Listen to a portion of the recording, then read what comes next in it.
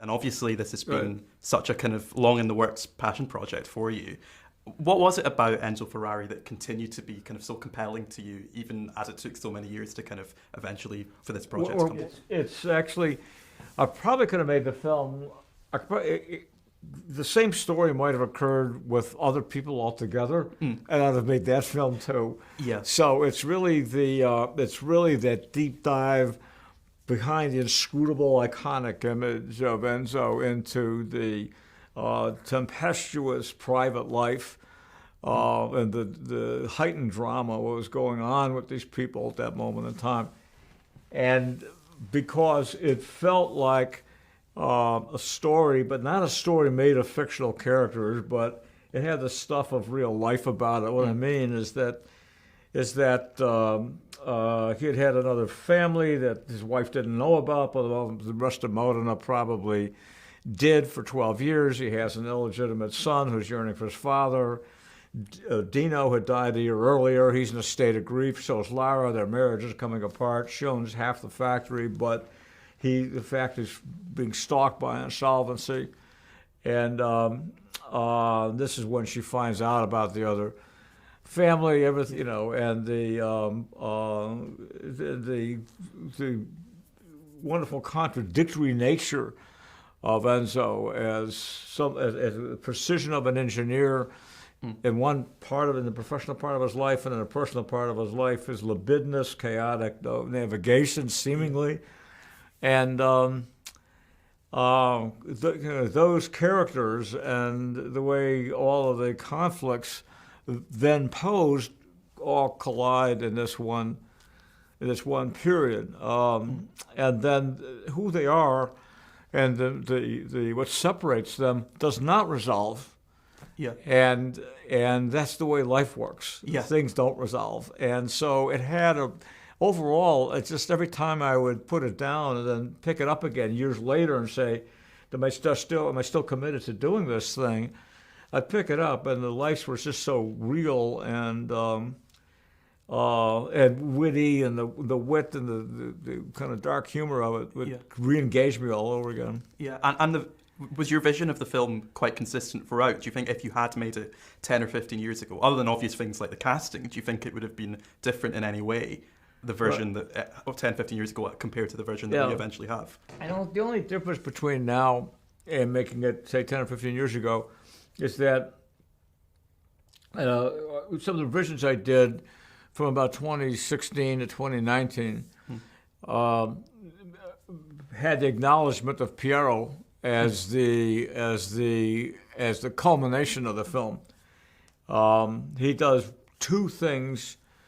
He properly and authentically agrees with Lara. I don't want to talk about the end of the film, but she expresses a wish, which is kind of a primal command, and he agrees with it, and it is the right thing to do, and at the same time he fully acknowledges his son. So there's a duality in the ending as well. Yeah. And that's new. And then I reverse engineered that into a couple of different points in the script to make what's going to happen with Piero, this continuing line, and then culminates with at the end of the film.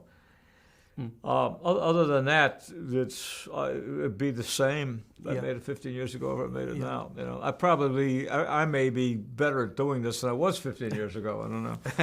And in terms of the crash specifically, the kind of climactic crash is such a it's a shocking moment. Right.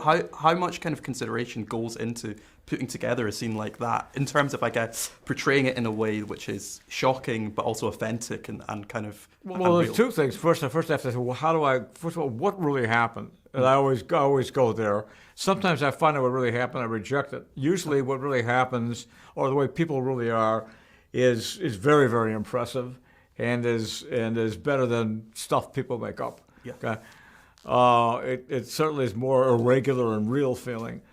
In this instance, two things influenced me a lot. One is a guy named Gabriele Lally, who's at Ferrari in the Classique department where they do restorations. Went to the prefecture in Mantua at where Witterzola is, and then pulled out the actual forensic files and reports, diagrams, blueprints of that accident, which they investigated for 2 years, right? And so we knew exactly the distances, and we duplicated all the distances. Secondly, what happened to him historically has always been misstated, and in the forensic report we found out exactly how DePortago ended up, and that's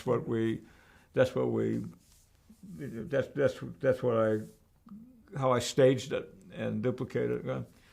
And then thirdly, there was a horrendous crash at Le Mans in 1955, and the way that's photographed is it is the impact, the horror of that crash is so powerful because there is no camera trickery.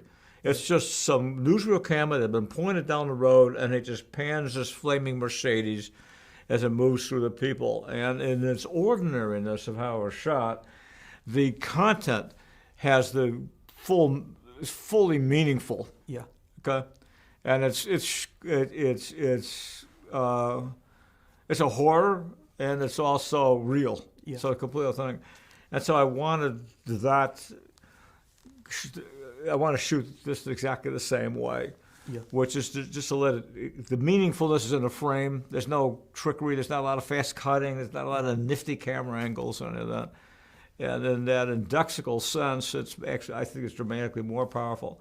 Yeah. We also scouted the site at Witterzola where it actually occurred. Yeah. And when we were at the house, the elderly gentleman with a cane came out. He and his wife were going shopping. That's what we were doing.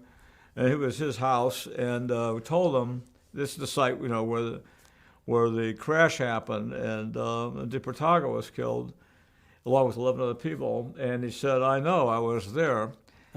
And he then said that he was having dinner with his family, and he was 3 at the time, and they heard the first cars coming in. The neighbors had gathered on the roadside. He ran out. His older brother ran out, who was faster because he was 9.